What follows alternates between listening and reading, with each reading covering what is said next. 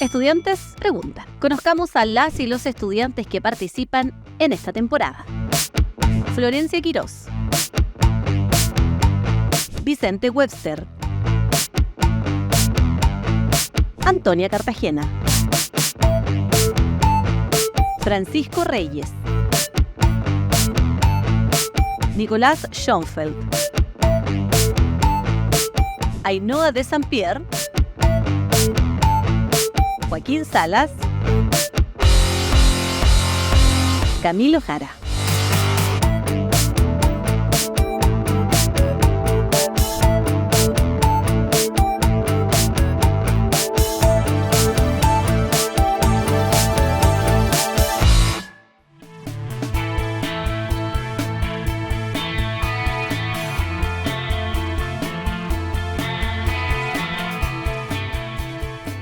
Buenos días a todos y a todas, bienvenidos y bienvenidas a nuestro programa de Estudiantes Preguntan, proyecto organizado por el Centro Cultural Seina y con participación de nosotros los estudiantes del Instituto Nacional, desde la señal de transmisión de Uchile TV. Yo soy Florencia Quirós Bravo, soy estudiante de primero medio y voy a ser conductora y animadora de los capítulos que vienen de este programa de Estudiantes Preguntan. Vamos a presentar a las personas que nos van a acompañar hoy día. En una de esas van a ser nuestro invitado, que es escritor y periodista egresado de la Universidad de Chile. Una de sus obras es la obra de los 80 y también creador de su reciente obra Loca Fuerte, el retrato de Pedro Lemebel. Con ustedes damos a paso a Óscar Contardo.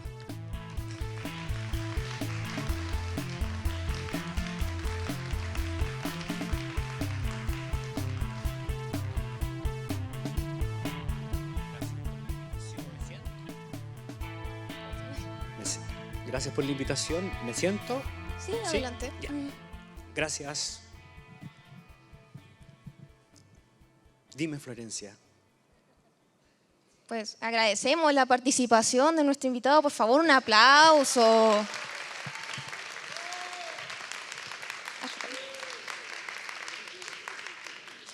También vamos a presentar a las personas que van a ser fundamentales hoy en día. Es decir, nuestros estudiantes que le van a plantear preguntas a nuestro invitado de hoy.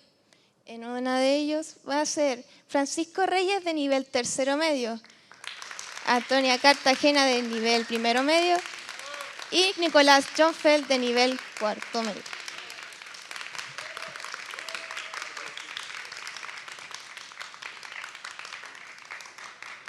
Vamos a explicar de qué se trata un poco este capítulo y cómo va a ser todo. Cada capítulo se va a dividir en 4 bloques y cada bloque va a durar 15 minutos. Por lo tanto, en los bloques en que nuestros estudiantes van a preguntar a nuestro invitado va a tener un máximo de tiempo de 4 y 3 minutos para responder. Ya, lo voy a tener en cuenta, pero a mí se me va un poco el tiempo en la cabeza, así que me miran como diciéndome, cállate. Y ahí me callo. Y en cada bloque, entre medio de cada bloque va a haber una pausa de 1 minuto.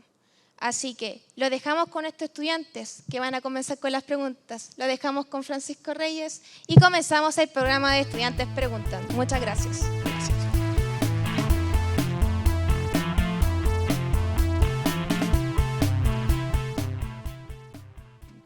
Óscar, me presento, yo soy Francisco Reyes y aquí con los compañeros vamos a hacer las siguientes preguntas. Un gusto, Francisco. El gusto es mío también. En este ámbito vamos a hacer las preguntas de contexto. Ya.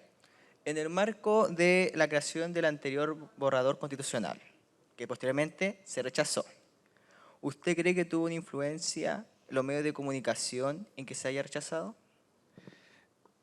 Influencia, sí. Que esa influencia fuera decisoria o definitiva o que tuviera el mayor peso en el resultado final, yo creo que no. Yo creo que hubo muchos elementos que ayudan a explicar por qué se rechazó el proyecto constitucional el primer proyecto. Uno de ellos era la forma en de cobertura de lo que pasaba dentro de la convención, pero también estaba al punto que la convención dio mucho material para que esa cobertura tuviera las características que tuvo, digamos. Y sí, y ateniéndome a la pregunta, sí, yo creo que hubo una influencia de los medios. Y también, pero hay otro punto, que es uno son los medios como tradicionalmente uno los concibe o concebía, y otro el manejo en redes sociales, que es algo con lo que ustedes han crecido, pero que para mi generación es algo nuevo, que yo creo que no se tomó en cuenta de parte de los convencionales, o que pensaron que iba a tener otro tipo de influencia en la percepción que tenía la opinión pública.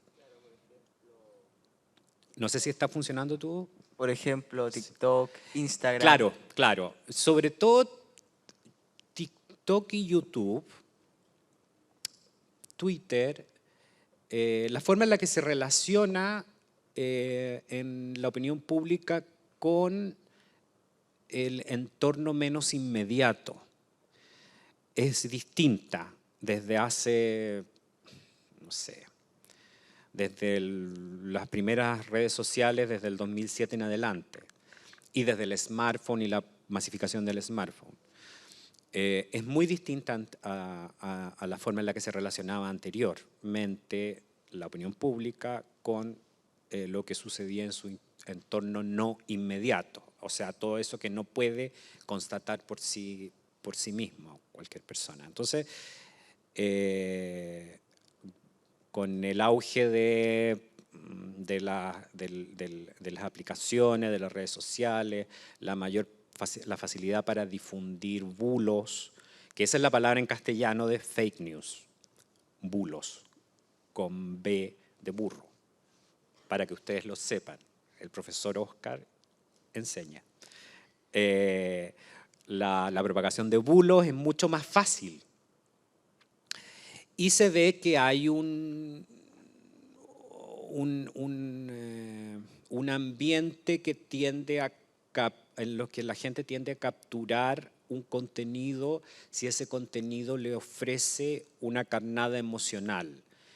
Y gran parte de esa carnada emocional tiene que ver con que ese contenido es coherente con lo que esa persona piensa o no, o con lo que esa persona piensa como correcto o no.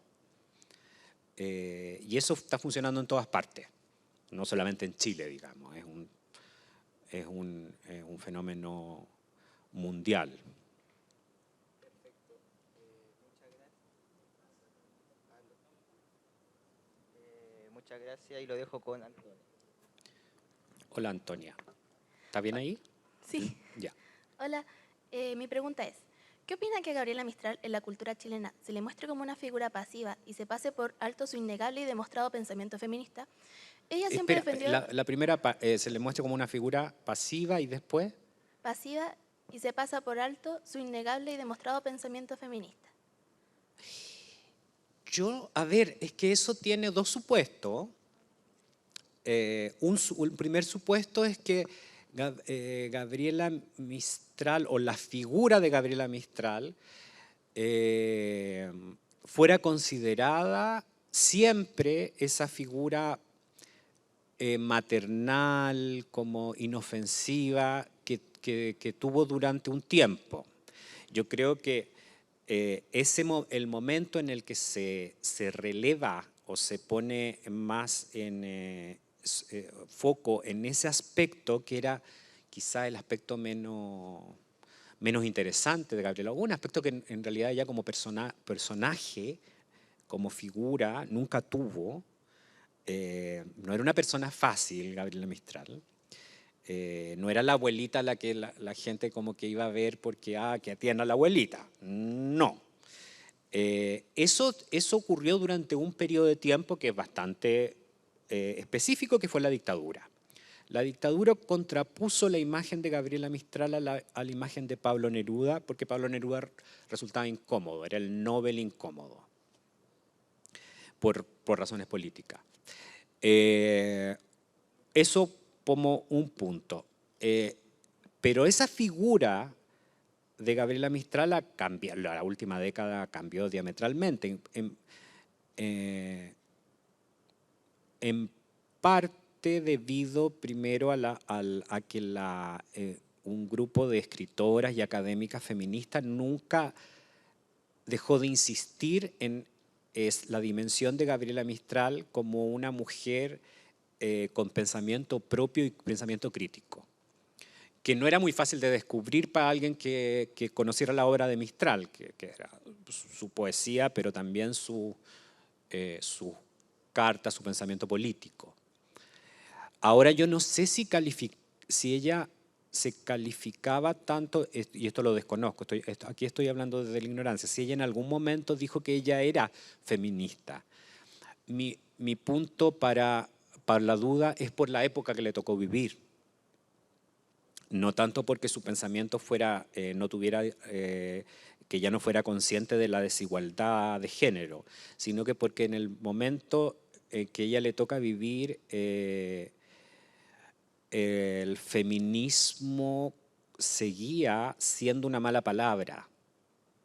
O sea, de hecho, hasta en Chile hasta hace 10 años era una mala palabra que las candidatas políticas trataban de evitar, porque reconocer un pensamiento feminista significaba menos voto o parecer agresiva frente a su electorado.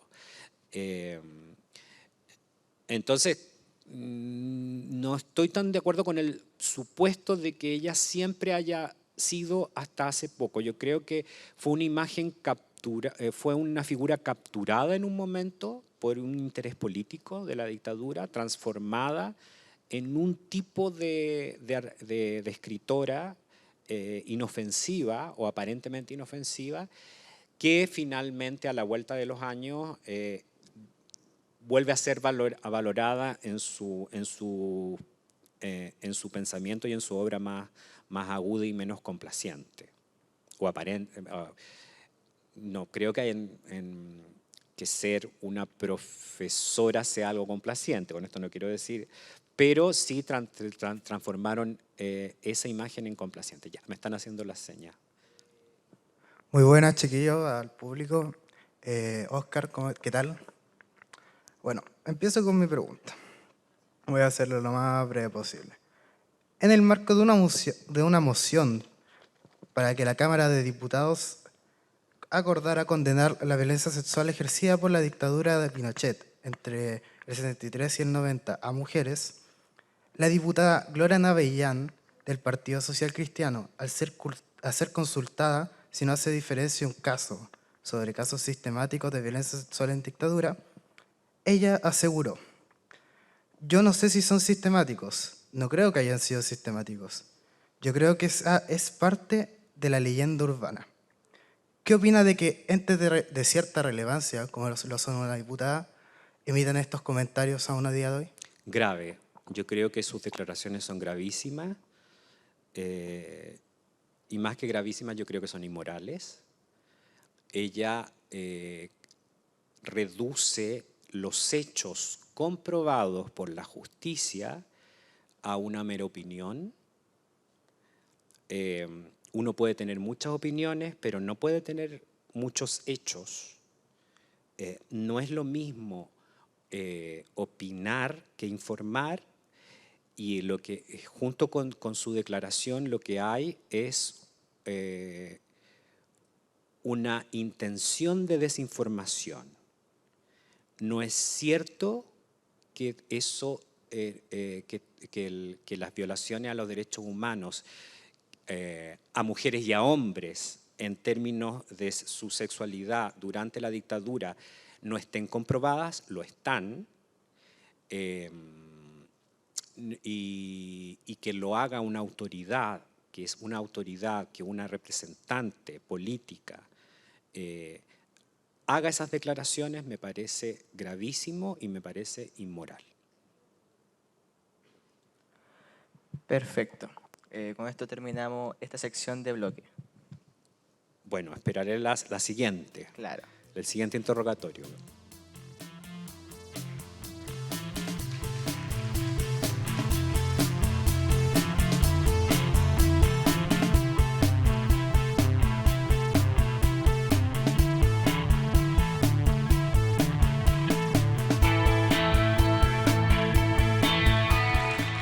Ya.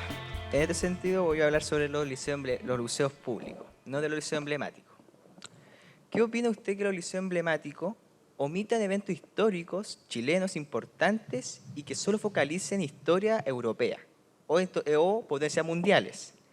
Ejemplos de historia chilena: la batalla de Coronel y la tragedia más grande de Occidente, que fue en el año 1863.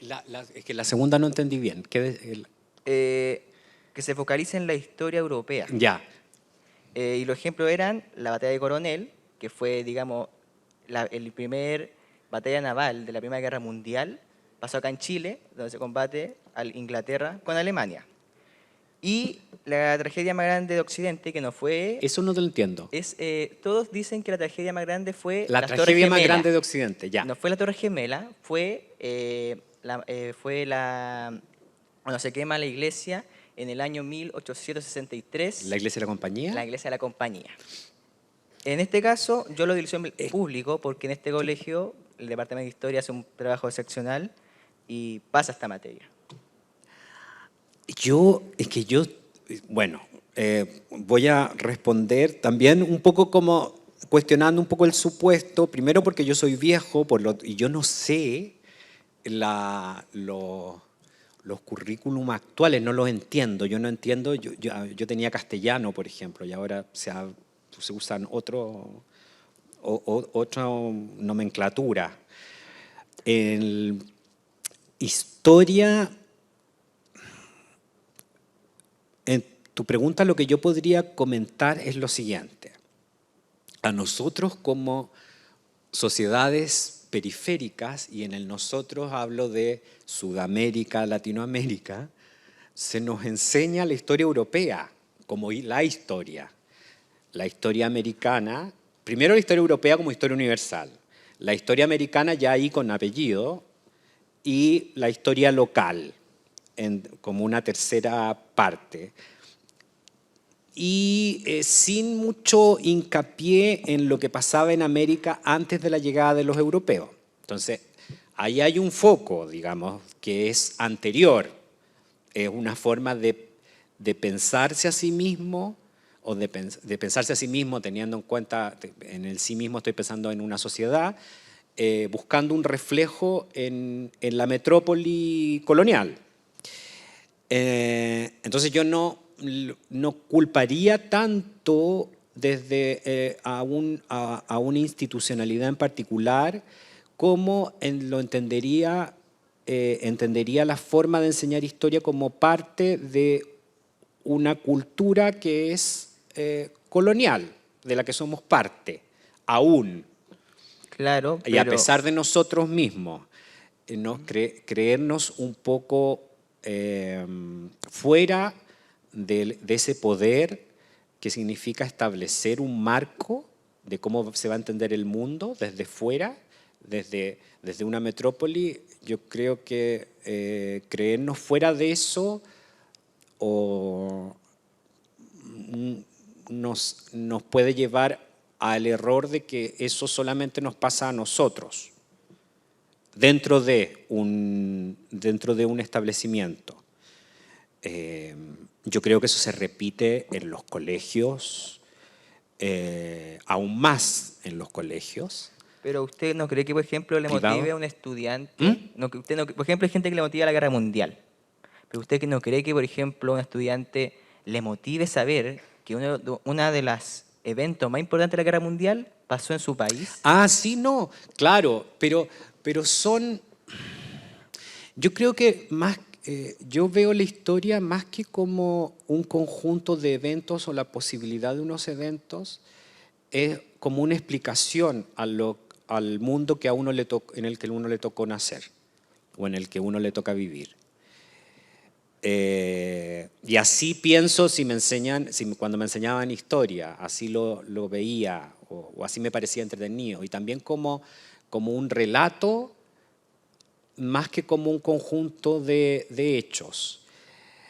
En ese caso, por ejemplo, en lo que tú me nombras, lo que a mí me parecería interesante es por qué ese combate fue aquí y cuáles eran los intereses que existían en un lugar tan lejano de la guerra europea como para que eso ocurriera aquí. Y eso tiene que ver también con la idea, desde el punto de vista europeo, del mundo más allá de Europa como un mundo a explorar y un mundo a conquistar o controlar. Y Chile entraba dentro y sigue entrando dentro de ese territorio que las mayores potencias necesitan controlar. Y eso explica muchas cosas hasta la actualidad. Entonces, en ese sentido, me parece interesante enfocar la enseñanza de la historia, porque ayuda a entender qué es lo que pasa. Claro. Ahora lo dijo con mi compañera Antonia. Que hace No sé si fui claro, más o menos. Después ahí. Ya. Mi pregunta es, ¿qué cree usted, qué ventajas y desventajas cree usted que presenta la educación mixta en el marco de la discusión sobre la existencia de liceos monogenéricos? Buen punto, porque yo nunca estuve en un establecimiento monogenérico y aquí diciéndolo, cuando llegué a la universidad tenía compañeros y compañeras que sí habían estado en establecimientos monogenéricos y particularmente el varón de colegio de hombre que no quiero tiende a ser distinto, pero no distinto bueno, distinto malo. Tiende a ser un personaje muy pagado de sí mismo, demasiada seguridad, muy poco sentido del humor más allá de la pachotada. Yo creo que yo no soy un experto pedagógico, pero yo no creo tener mucha relación con personas que hayan estado en colegios monogenéricos, a no ser de esas personas con las que tengo relación, que ahora estoy pensándolo, detestaban esos colegios monogenéricos. Estoy usando mucho esa palabra porque es la primera vez que la escucho.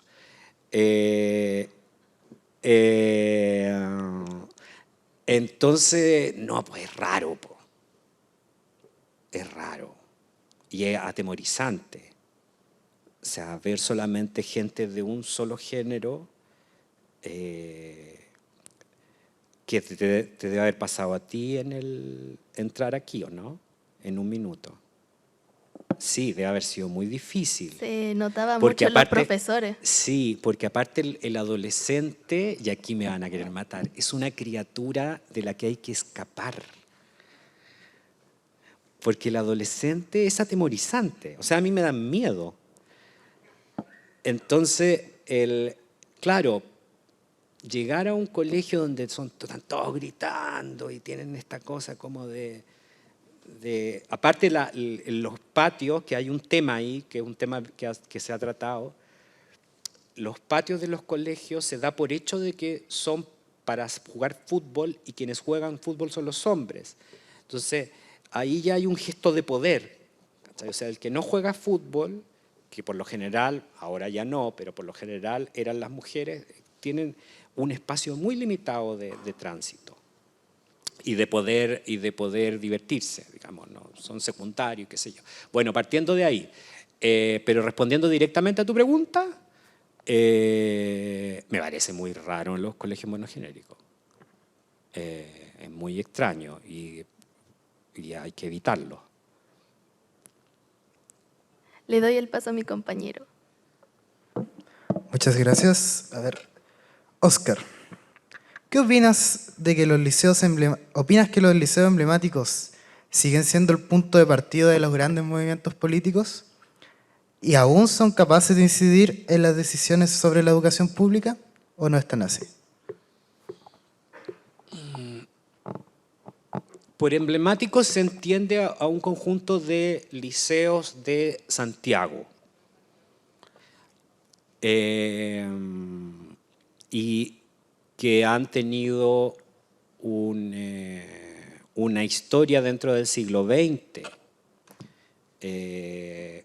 porque se transformaron en instituciones que acogían a niños y adolescentes de una clase media muy estrecha, que en Chile tenía unas raíces muy débiles, siempre ha tenido unas raíces muy débiles, y que estas instituciones se transformaban como en vías de ascenso social y de educación hacia la universidad, cuando la Universidad de Chile tenía un rol nacional, no solamente de la ciudad de Santiago.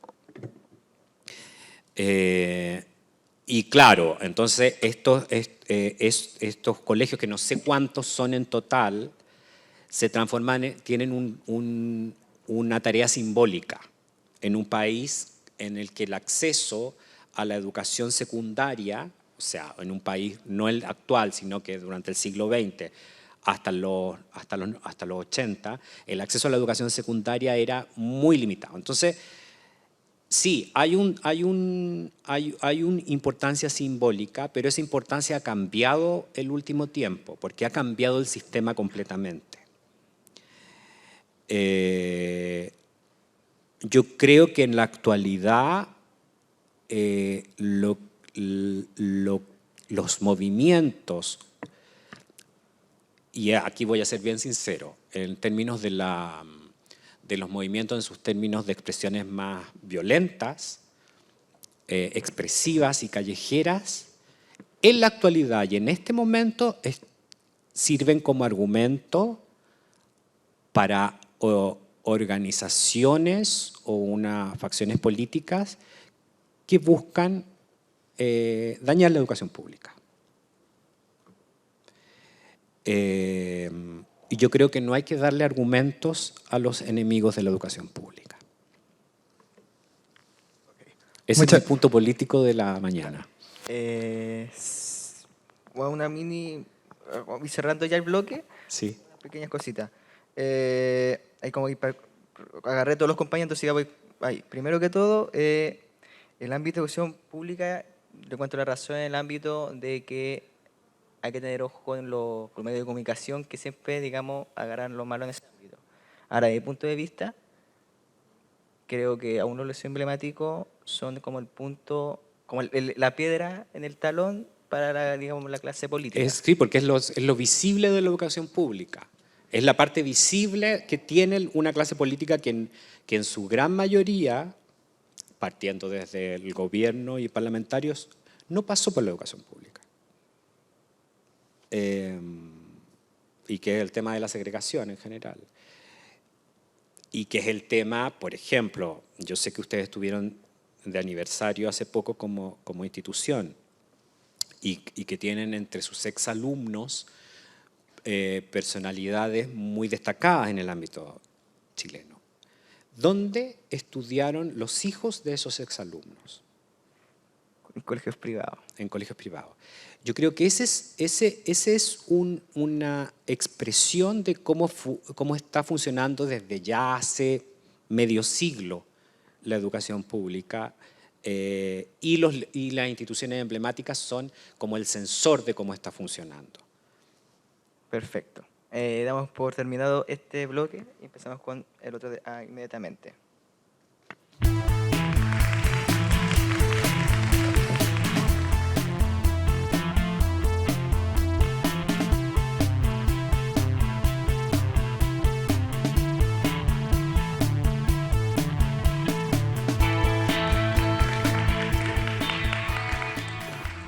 Ya, vamos a hacer, como dijo aquí la compañera, el bloque futuro.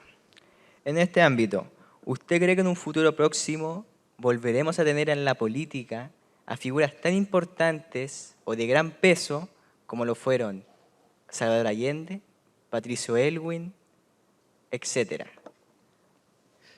Si alguien, no, sí, o sea, yo no soy un viejo ñoño de los que piensan que todo pasado fue mejor y que no se van a repetir y que esos líderes eran impolutos y magníficos.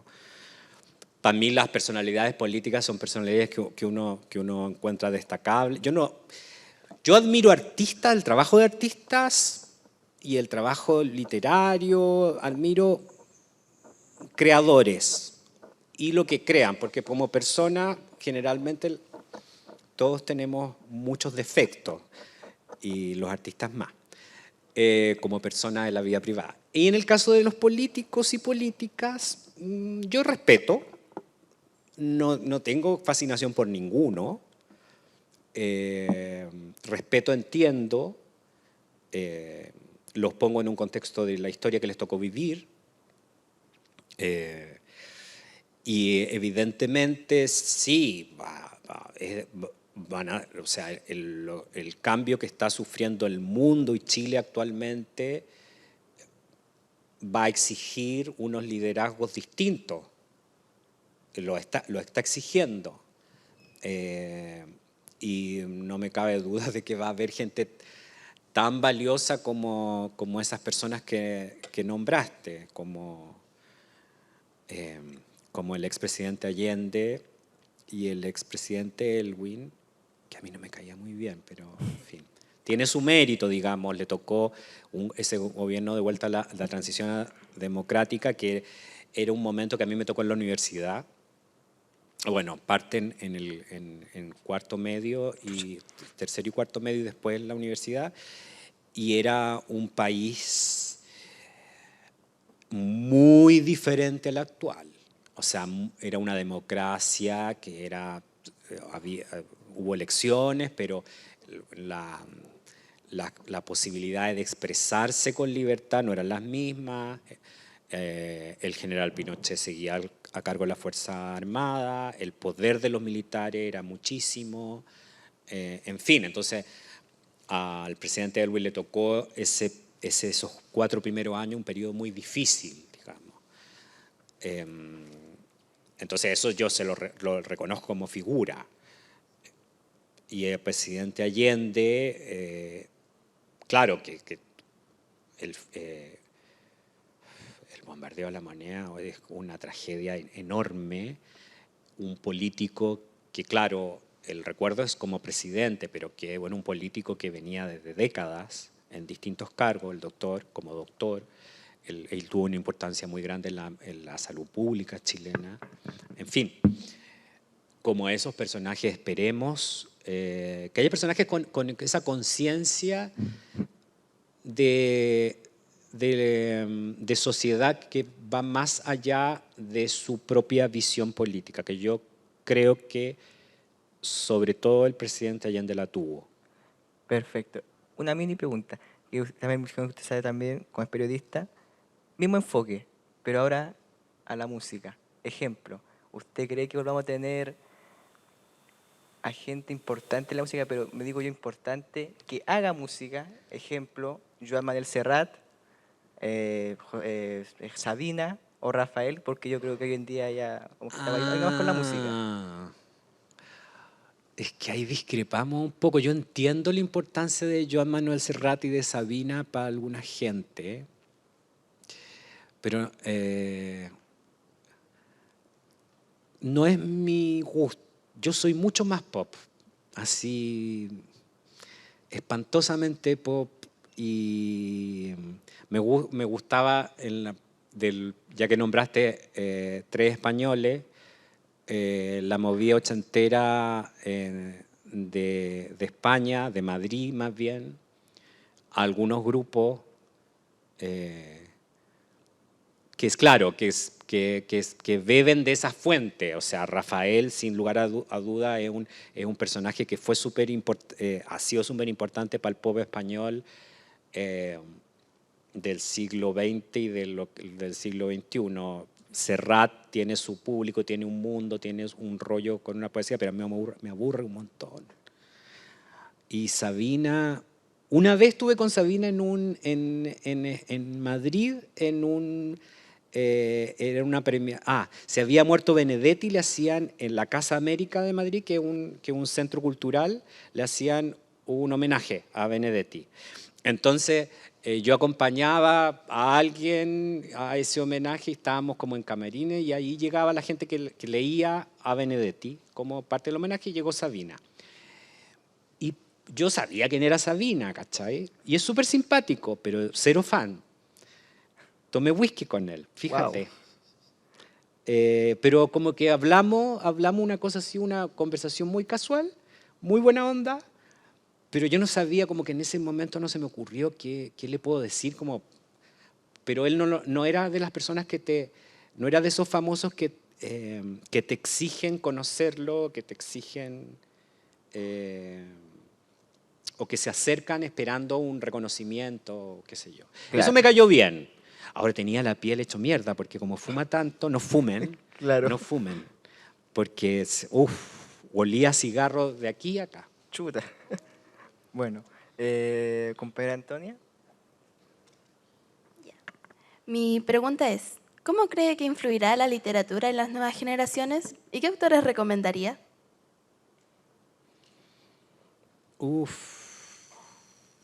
Yo creo que siempre va a haber un público lector. En todo curso de colegio, del liceo, del Instituto Nacional, va a haber un grupo que lee. A veces es menor, a veces yo sospecho que en el Instituto Nacional es una proporción mayor, eso quiero creer. Leer no te hace mejor persona, hay gente que lee mucho y es horrible como persona. No tiene ninguno de esas virtudes o de esas propiedades que la gente le suele atribuir. Leer te hace una persona con mayor perspectiva y con una mayor libertad para saber elegir, para saber entender lo que pasa en el mundo, para saber entender y acercarte a distintas realidades. Estar en realidades en las que tú no te tocó estar, digamos. Recomendar, lo que pasa es que yo podría recomendar libros que a mí me gustan, pero la vida me ha llevado a entender que los gustos son muy distintos según la persona. Uno puede decir, mira, esto es increíble y a ti no te pasa nada con eso. Solamente cuando yo ya comienzo a conocer a alguien, digo, te puede gustar esto. Ahora, ¿qué me gustaría a mí, pensando en este momento en una instancia escolar? Hay una novela que se llama Vieja Escuela, que es de un norteamericano que se llama Tobias Wolff, que mi perro se llama Tobias por Tobias Wolff. Vieja Escuela es una novela que a mí me encanta. Y ya que estamos estoy entre escolarizados, les recomiendo Vieja Escuela. Ahora hay un mundo de poesía o de literatura latinoamericana, de literatura actual chilena. La gente pues puede entrar por el cómic, por las series. Se puede entrar a la literatura de muchas maneras. Ustedes tienen una biblioteca, tienen acceso a información en internet, un acceso muy inmediato, cosas que en mi época no existían. Entonces, empiecen por Tobias Wolff. Y a una Alejandra Pizarnik como poeta, porque me encanta y porque es terrible y te muestra lo dolorosa que es la vida, que es más dolorosa que la vida que ustedes tienen y que siempre piensen que es lo más dolorosa. No, no es lo más terrible, siempre hay algo más terrible. Los adolescentes siempre piensan que lo que les tocó a ellos es lo peor, pero no, hay cosas peores. Correcto. Compañero Nicolás. Paso con mi pregunta. ¿Usted ve un futuro para la cultura y la investigación en Chile? Futuro en el cual se pueda dar prioridad y aporte económico al Ministerio de Cultura y Ciencias de Investigación, como se lo da, por ejemplo, al Ejército. Uy. No manejo cifras, tendría que ser responsables como para decir esta cifra del Ejército. 0,1% sí, bueno, 3% de la investigación. Ya. No, la investigación en ciencia es lamentable, y es lamentable en Latinoamérica, y es lamentable aquí, y es lamentable lo que siempre ha pasado. Es lamentable en el tercer mundo, digamos, lo poco que se hace en ciencia, el poco apoyo que tiene la investigación científica, que repercute en el desarrollo del país, digamos. O sea, si vamos a seguir siendo, como hemos seguido siendo durante 200 años, el país que vende piedra, más o menos picada, más o menos, en fin, digamos que es necesario, pero eso ya es un cliché, entonces es como si me preguntara si estoy a favor de la riqueza o la pobreza. Obvio que prefiero que seamos un país rico o pobre. Lo que pasa es que no se vincula que el conocimiento y que el desarrollo del conocimiento signifique un avance para todos. O no interesa que sea un avance para todos. Que yo creo que ese es el punto. Mientras los que siempre han avanzado sigan avanzando, ¿para qué vamos a gastar en ciencia? Pero el punto de la pregunta es, ¿usted ve un futuro? Tienes razón, el punto era otro. Es que no les puedo decir a ustedes que yo no veo mucho futuro en general, porque sería como liquidarles la vida. Digamos que, mirado de otra perspectiva, si no hay un futuro en ciencia, si no se pone un énfasis en investigación científica, estamos un poco liquidados como sociedad. No en términos del cliché habitual, sino en términos del cambio climático. Porque ya está, va a seguir, y sin conocimiento yo creo que de esto no salimos. Como sociedad en general. Pueden zafar los que siempre han zafado, pero no todos. Perfecto. Francisco. No, ya terminamos este bloque. ¿Este es el último bloque? El penúltimo que estamos, es el último que estamos nosotros. Ya, entonces, yo les quería hacer un regalo. ¿Este es el momento del regalo? Sí, tengo entendido que sí. Ya, que es, traje para cada uno de ustedes un libro. Para Florencia traje un libro mío. Un libro mío que no debería... al de abajo que dijiste después se los pueden intercambiar si alguno dice no, o se lo regalan a algún amigo, si no les interesa nada. Muchas gracias. Pero les traje un libro agradecido por la invitación y por estar con gente joven, que le interese lo que digo yo, a lo mejor no le interesa, en fin, pero hablé. Paréntesis nomás, no, a nosotros, por ejemplo, como institución, nos interesa que venga gente que no solamente sea política, nos interesa que gente que aporte a la cultura. Ejemplo, estuvo la señora Ana María Stuben, estuvo el profesor José Massa. Sí. Muy bien, muy bien. Muchas gracias por ponerme en ese grupo. Y muchas gracias por mostrar No compren pirata. Cosas que pasan. Bueno, damos un cierre a este penúltimo bloque y vamos a pasar con el tema de preguntas del público que hemos recolectado a lo largo del tiempo y van a ser dirigidas a usted. Son Ya. 2 preguntas. Ya, Así que invito perfecto. a nuestro estudiante a retirarse y agradecemos a nuestros 3 estudiantes que se tomaron el tiempo de entrevistar a nuestro invitado.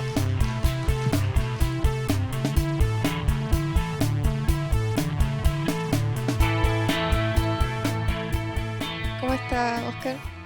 Bien. ¿Cansado? No, me da una luz acá. Pero en el fondo me gusta estar arriba de un escenario. Pues vamos a empezar con las preguntas. Estas son 2 preguntas que van a estar dirigidas a usted. Ya. ¿Qué opina de las organizaciones políticas estudiantiles y la perversión de los partidos a estas? ¿Y la? Y la perversión de los partidos a estas. ¿Qué quiere decir con perversión en este caso? Tal vez la influencia que puede... Influencia. Es que, claro, es como muy amplia. Yo creo que, claro, que es un ejercicio educativo, no sé si de formación, la organización dentro de los establecimientos, de conocimiento, de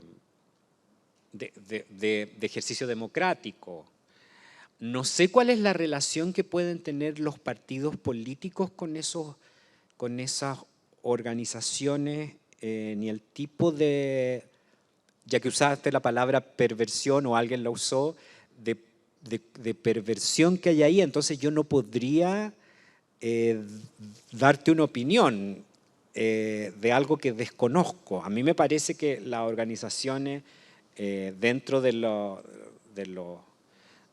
establecimientos, sobre todo de los más grandes, es importante, un ejercicio democrático, de respeto y de conocimiento también de cómo se establece o cómo se funciona una institución. Su relación con los partidos políticos no podría darte una opinión porque no conozco el tema y me parece que sería irresponsable decir cualquier cosa. Entiendo.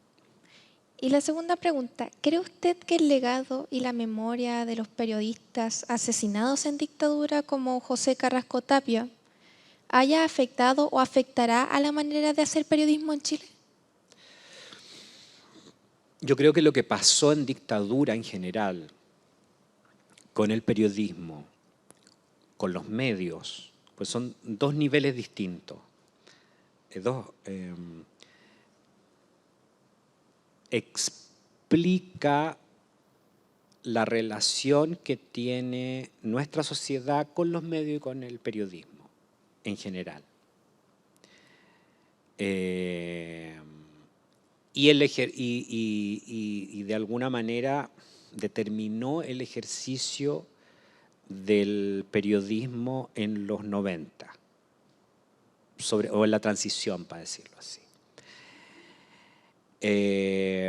Yo creo que es muy relevante entender el rol que tuvieron los medios, por una parte, los medios oficialistas o controlados por la dictadura, principalmente la televisión, en el desarrollo de la dictadura, la forma en la que no se mostraba lo que estaba pasando al gran público, y a su vez la historia de los medios que resistieron a la dictadura y que hicieron periodismo a pesar de la dictadura y que tenían una audiencia mucho menor, pero que existieron. ¿Ok? Y que daban la posibilidad de un registro de lo que estaba ocurriendo realmente. Esos medios fueron sobre todo fueron prensa, fueron diarios y revistas de la prensa escrita. Yo creo que esa historia y lo que pagaron esos periodistas por hacer ese trabajo es parte de de la relación que tiene esta sociedad con los medios de comunicación y con el periodismo como oficio.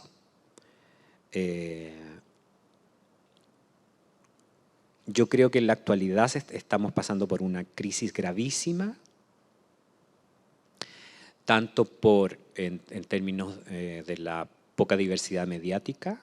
La mayor parte de los medios, de los grandes medios, y sobre todo, y hago el énfasis en la televisión, que es el más masivo y el que tiene mayor audiencia y mayor impacto, tienen una misma línea editorial, no hay diversidad de línea editorial. Y por otra parte, en términos profesionales, el periodismo es como una especie de dinosaurio en extinción, dado el nuevo ambiente mediático, como un nicho ecológico que con las redes sociales cambió totalmente. En ese sentido, yo creo que es importante rescatar esa historia de los periodistas que, haciendo su trabajo, perdieron la vida, fueron asesinados, porque representan hasta qué punto puede llegar el control de un poder que no tiene contrapeso, que es a eliminar a quienes desafían ese contrapeso, a matarlo. Y eso sucedió en Chile. Y eso eventualmente podría volver a suceder de otra manera, pero a mí no me cabe duda que podría llegar a pasar de nuevo. Entiendo. Pues muchas gracias por responder estas preguntas. ¿Fui claro Sí. o fui muy enredado? Yo hago muchas frases subordinadas para hablar. Soy pésimo orador. Muchas gracias a ustedes por soportarme, a ustedes sobre todo. A ustedes. No se preocupe. Ha sido un gusto tenerlo acá y le agradezco mucho participar acá en esta instancia y darnos de su tiempo.